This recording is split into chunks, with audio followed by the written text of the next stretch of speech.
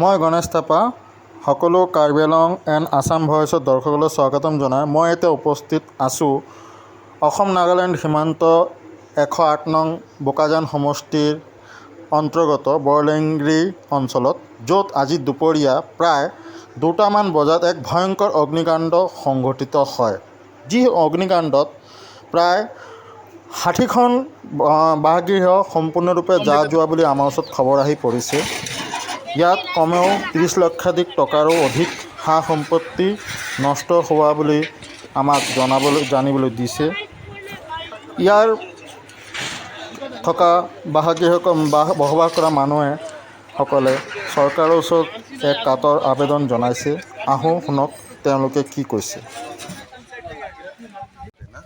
এটা দুটা ভিতৰতে বম ফুটা নিচিনা ব্ৰাষ্ট হয়তো আমি আহি পেলাই চাওঁ যে এইটো মন্দিৰৰ বেক চাইড কলনীটো জুই লাগি আছে। তো ইয়াতে চব দুখীয়া মানুহ, দিন হাজিৰা কৰা মানুহখন থাকে। তাইখন কোনোবা অটো চলাই খায়, কোনোবা হাজিৰা কৰি কেনে খায়। এই মানুহৰ গোটেই কলনীটো 60 নিচিনা ঘৰ জ্বলিছে আৰু 20 ওপৰতে আপোনাৰ চিলিণ্ডাৰ ব্ৰাষ্ট হৈছে, অটো জ্বলিছে, স্কুটি জ্বলিছে, মটৰচাইকেল জ্বলিছে। আৰু ইয়াৰ বস্তি মানুহে এতিয়া আহি মদত কৰিছে, পুলিচ প্ৰশাসনো আহিছে আৰু আপোনালোক আহি পেলাই এনেকৈ আমাক এতিয়া মদত কৰাটো গভৰ্ণমেণ্টলৈ বাৰ্তা প্ৰেৰণ কৰাটো বেছি থেংকছ দি আছে। তো আপুনি চৰকাৰক কি ক'ব? চৰকাৰক এইটোৱে ক'ব যে এতিয়া চব দিন হাজিৰা কৰা মানুহখনে থাকে, মৰ্ণিংতে কাম কৰে, ৰাতিতে খাই, এনেকৈয়ে আছে।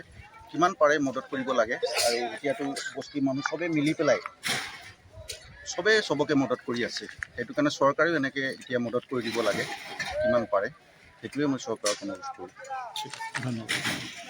ঘটনাটোৰ বিষয়ে অলপ ক'বচোন। তো আমি ঘুমাই আছিলোঁ, মানে 2টা বজাত হ'ব এনেকুৱা মানে জুই লাগি আছে। তো আমি মানে টোপনি পৰা উঠি কিনি চাই আছোঁ পুৰা জুই লাগি আছে। এতিয়া আমি ঘৰৰ পৰা ওলাই যাইছোঁ আৰু আমাৰ ওলাব মানে আপোনাৰ ঘৰ জ্বলিছে ন? তো আপোনাৰ নামটো কি আছিলে? মহম্মদ জাফৰ। আপোনাৰ কিমান সম্পত্তি গৈছে? 30,000 নিচিনা আপোনাৰ হ'ব।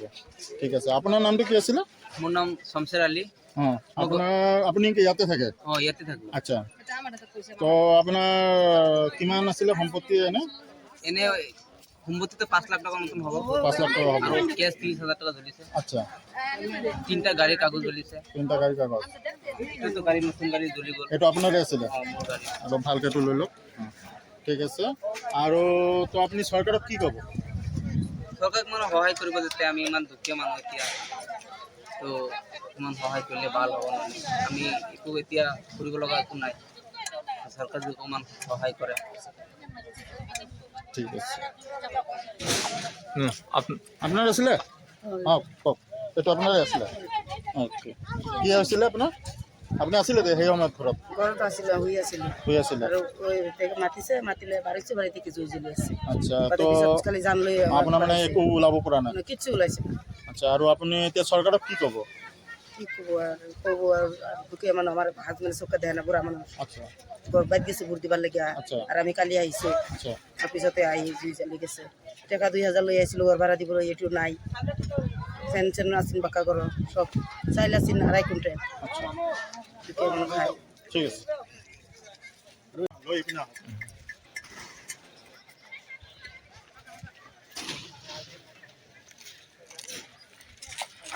নিউজ এনিত দৰ্শকলৈ স্বাগতম জনাই মই সঞ্জীৱ মজুমদাৰ।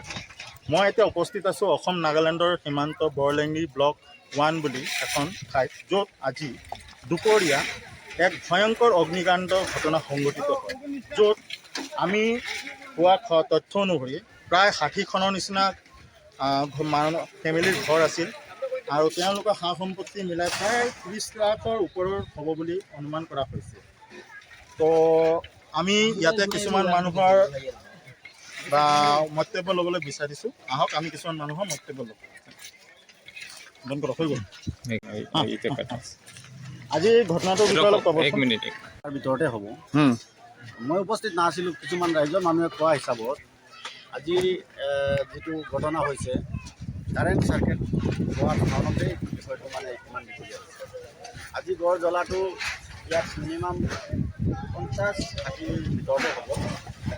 ইয়াত দিন হাজিৰা কৰা মানুহবিলাকে বেছিভাগ থাকে। আৰু ইয়াত ভোট দিবৰ কাৰণে কিছুমান মানুহ গাঁৱত গৈছে, যাৰ কাৰণত গছৰ ধৰিব পৰা নাই, একো বস্তুখিনি ল'ব পৰা নাই।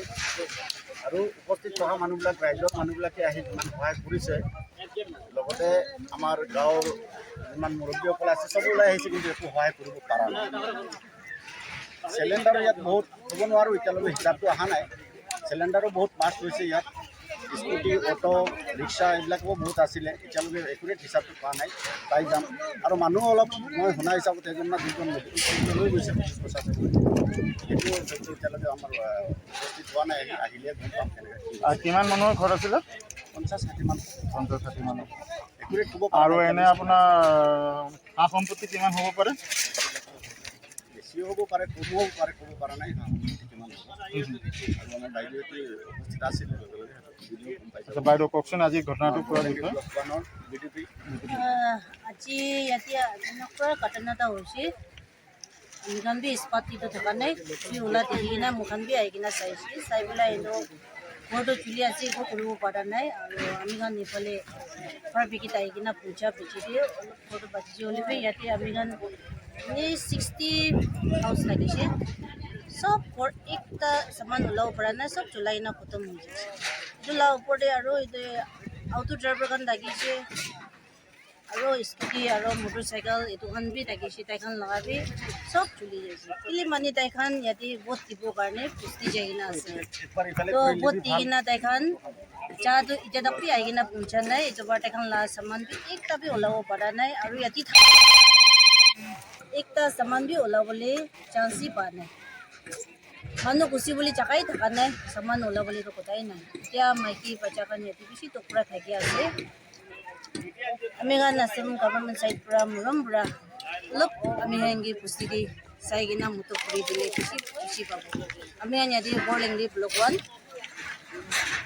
ঘৰ জ্বলা জেগাটো, এইটো কাৰণে আমি খান ইয়াতে বেছি টুকি আছে। আপুনি পাৰিলেতো আমি হেংগি মুটো কৰিবি না, আপুনি চব মানুহ খান বেছি টকি আছে, যিটো ক'ত ঘুমাব কেনেকৈ খাব এইটো লগা ভাৱনা দি আছে। আৰু একটা মানুহ চুকুম হৈছে, তাই লগা ঘৰটো এইফালে লাষ্ট পালি থাকিছে, তাই ভিতৰে থাকিছে, জুই ওলাই দেখি কিনে তাই ওলাই কিনে অহা টাইম দি তাইৰ লগত জুইত লাগি কিনে তাইৰ লগা মুখ আৰু হাতখন জ্বলিছে। পুলিচ আহিছে, কুটকুটিলা পুলিচ আহি কিনে তাইকে ট্ৰিটমেণ্ট কৰি লৈ যাই কিনে আছে। হ'লে এতিয়া খবৰ আহিছে তাই এতিয়া ঠিকে আছে, ইমান হেল্থটো ঠিকে আছে, একো টেনশ্যন নলবি, ভাল আছে কৈ না খবৰটো আহিছে। হ'লে তাইৰ লগা মুখ কাণ হাত কাণ আছে।